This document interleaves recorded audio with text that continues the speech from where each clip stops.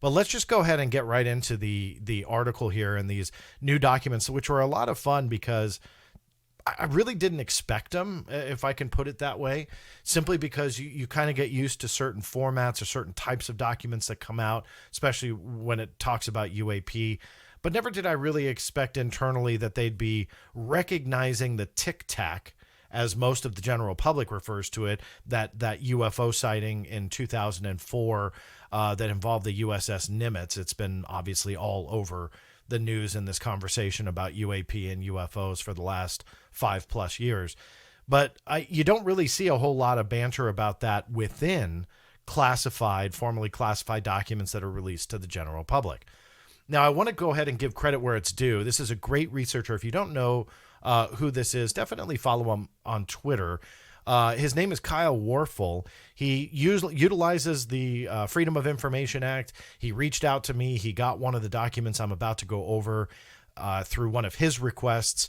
And I was surprised because, number one, I had never had seen it before, and the National Reconnaissance Office had talked about this prior to where they didn't really have many UAP related documents. So it surprised me, number one. But number two, and we'll go over this, what Kyle received was actually not the only document that has been released under the Freedom of Information Act now. So thanks and credit to Kyle for, number one, his FOIA request and being a go-getter researcher and investigator.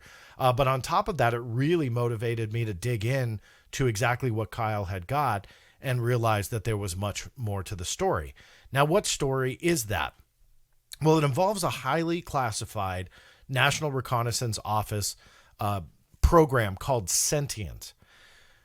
Now, describing Sentient becomes a little bit of a challenge just simply because there's not a whole lot known about it. But there was one journalist who really dug in on it when it first surfaced in 2019. There was no connection to UAP at the time. And ironically, you've actually seen her on this channel, journalist Sarah Scholes, who writes for various publications. This particular article was published in The Verge. And she wrote a big expose on Sentient. And again, there's very little known about it. But here's her description of what Sentient is during, as she used it in that article, I should say. Sentient is, or at least aims to be, an omnivorous analysis tool capable of devouring data of all sorts, making sense of the past and present, anticipating the future, and pointing satellites towards what it determines will be the most interesting parts of that future. Now, that's a heck of a mouthful to describe a classified NRO system, but that is essentially what this thing is. So I was incredibly intrigued by then what Kyle had sent over to me, which was a PowerPoint presentation about a UAP sighting that was referenced just like the Tic-Tac. And they use those words, Tic-Tac. Now, let me go ahead and pull up some of the documents that I then dug in on what Kyle got and realized there were actually more that were released by the NRO. But when I say quietly, I mean quietly. I looked far and wide. The NRO put these on their website in a very kind of confusing, convoluted way of once they release records, it just goes in like this massive list of documents. It's very cool, but you have to have a lot of patience to go through it and figure out exactly what is where and where is what, because it does get a little bit confusing because it's just kind of a mishmash of all these different releases on all sorts of different topics. But what I realized with Kyle contacting me was that there was this sighting on 6 May 2021 of a UAP by the Sentient system. Now, here's one of those documents that were released, and I'll go over two of the PowerPoint presentations and then some emails. But you can see here, and I'll go through it, and it gives the full time in Zulu, 6 May 2021, Sentient redacted, image processing detected a possible airborne object 78 kilometers southeast of, and they redact that location for obvious reasons. They don't want us to know where they're essentially watching. The object was small, less than 10 meters, and did not match the visual signature of typical aircraft detections. The object did, however, vaguely resemble similar detections of airborne objects by U.S. Navy aircraft and surface vessels in the blank operating areas, unidentified aerial phenomena in parentheses. Now, why that redaction is there, I'm not really sure. We know the detections, or at least the very publicly known ones, off the coast of the East Coast in Virginia, I believe it was, but more famous, the ones off of the coast of California. So why they couldn't name those operating areas, I'm a little surprised, but it could just be the reviewer themselves not knowing that that was known to the public and just went ahead and redacted it. Going on to the bullet points, there is a rough similarity to the previously reported Tic-Tac shape. So interesting line there, because again, you don't see a lot of the Tic-Tac references in documents that have come out. There's been some leaked ones. I would argue those leaked ones were not official government documents, but that's another video. But you generally don't see this, generally. So that was a very cool find to see, that they are recognizing the Navy sightings, the Tic-Tac shape, and the fact that they are unknown. The object was likely not a sensor artifact or focal plane anomaly, although more in-depth imagery analysis is warranted. Very cool line there, because quite simply, a lot of people would then lean towards those skeptics and debunkers out there that this was some type of sensor anomaly, but rather this was an observation that they connected to other Navy observations and were ruling out sensor artifacts or focal planes. Even though they say that more in-depth analysis is warranted, maybe giving leeway to it possibly being an anomaly. Sit tight, because that one will likely be put to bed for you here in the next few moments. There were no correlating tracks present in redacted reporting, nor was there any correlating ELINT or SIGINT in also redacted reporting, despite time coincident redacted access/collection. Obviously, a little bit difficult to figure out what systems that they're referring to. Obviously, classified ones they don't want to talk to you about, and they were saying that there were no correlating tracks, so maybe those systems didn't pick it up for whatever reason. Sentient detections did, however, detect the presence of the prob, and then a bunch of redaction there, in the same imagery, 25 kilometers to the west. In recent reporting, the redacted has been associated with command and control, or what they call as C2 activities, as well as more traditional telemetry and space functions. The simultaneous presence of this high-interest vessel is notable, although possibly merely coincidental. So, still makes it very difficult here with the redactions. Quite possibly they're referring to some type of command and control activity. Is this a surveillance drone of some kind? Is this some other type of equipment that's associated with whatever that high interest vessel is, as referred to here? Let me see if I can zoom in just a little bit more there for you. Sorry, guys. But there's the high interest vessel quote. So was it a coincidence? Is there some kind of connection? NRO didn't know, but it was worthy of obviously talking about. This was an interesting line. Confidence is relatively low in this detection, but the potential linkage to similar phenomenon off of redacted, obviously a location, may warrant further investigation. Now check this out. Here's the next couple of pages. Page denied, denied, denied, denied, denied, denied. Look at all that. Now, these last two have what's called non-responsive records, so they're claiming that these two had nothing to do with the Sentient UAP connection, but all of these don't have that, which means that they are. So the question mark is, what is it? Are they the photographs? Are they the images? What exactly would that be? Not really sure. But let me go to another one for you. This was another PowerPoint presentation that was also about the same UAP detection. This is a different document, Sentient Operations Highlight, detection of possible UAP near redacted 6 May 2021. So it goes through a lot of the same bullet points, but there's a little bit more here. Remember I told you that sensor anomaly concern may be essentially put to bed for you? Well, here's this. The object, meaning the UAP, whatever it was also detected / visible in a second over water image shot in the same area 15 seconds later. What does that mean? That now we have likely either multiple sensors or multiple shots, doesn't matter, but essentially ruling out a sensor anomaly of some kind. That's incredibly important in situations like these, because when you do only have, let's say, one piece of imagery, then a sensor anomaly has to be taken into consideration. But when you have multiple images, but it's not in every image, now all of a sudden you're talking about likely a physical object of some kind. What it is obviously still on the table, but you can essentially rule out a sensor anomaly in most cases when you have that second or multiple types of images. The last thing I'll point out about this one when it comes to the wording, this detection has been shared with the UAP Task Force, redacted, and NGA, and then redacted, quite a bit of redaction here, for further analysis and coordination. This was a great line because this now shows us the type of coordination between the task force, the UAP task force, and likely now NRO, which is the newest rendition of that group. Don't worry memorizing the acronyms. I'm sure it'll change in about an hour. But there's coordination there. And now we have an idea of the types of systems that NRO is using to detect UAP, and then the type of information that they're sharing with the task force. But then here we have the same thing that we ran in on the last one. Page after page after page denied. Just keeps going and going and going. What are these?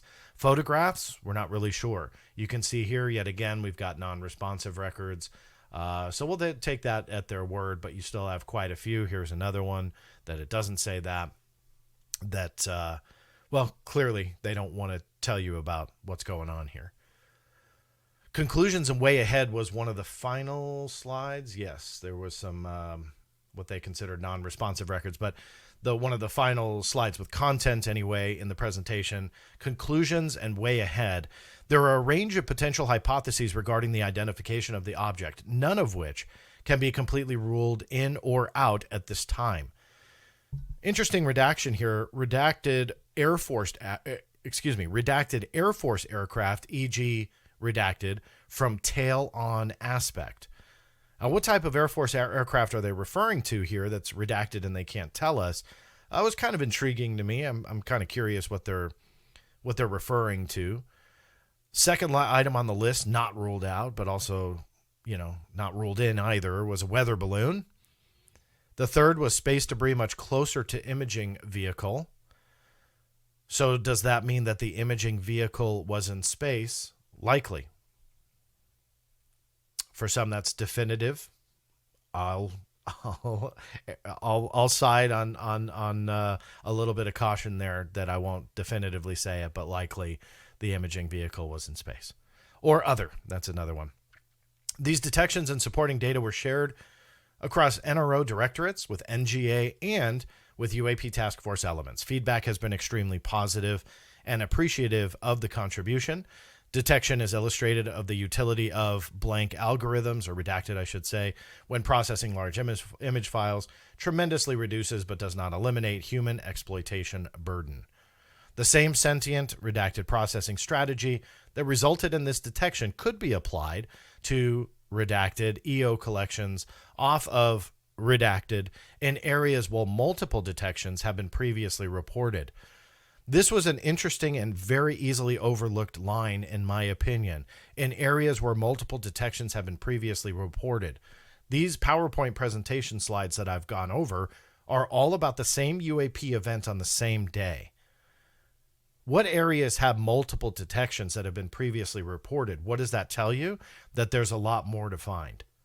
I have already filed cases, as you can imagine, for those specific detections, trying to, if I can, find out the location, but likely I will not. However, even though the location is redacted, hopefully we can start to see patterns of what they are seeing with this type of UAP. Are they using the Tic-Tac descriptor in all of them? Well, that would be fascinating, because that would be a common trait through everything. Are they all different shapes? Are they described in different ways? Who knows what I'm going to find out, if anything, on that. But it was a very interesting line that, again, I want to make sure you guys don't overlook. And you can, again, just see those pages redacted. Last thing I want to go ahead and point out to you was the batch of emails that were released that talk about Sentient and the support to the UAP task force. Now, a lot of it, all classified top secret, by the way, or most of it, I should say, but a lot of it is top secret. So clearly they're talking about highly classified information here as it attributes to Sentient and helping UAPTF. I won't go over every line, but this was the most important. Let me make sure I can kind of zoom here so you can see it. The to and from were redacted. You can see it was to quite a few different people, but they were all redacted. Who it was from, also redacted. Good morning. Here's the email. Good morning. NRO's Sentient R&D as a UAP model to look for UAP redacted in imagery. But we need an external customer to ask for it to be turned on. And you are our primary customer.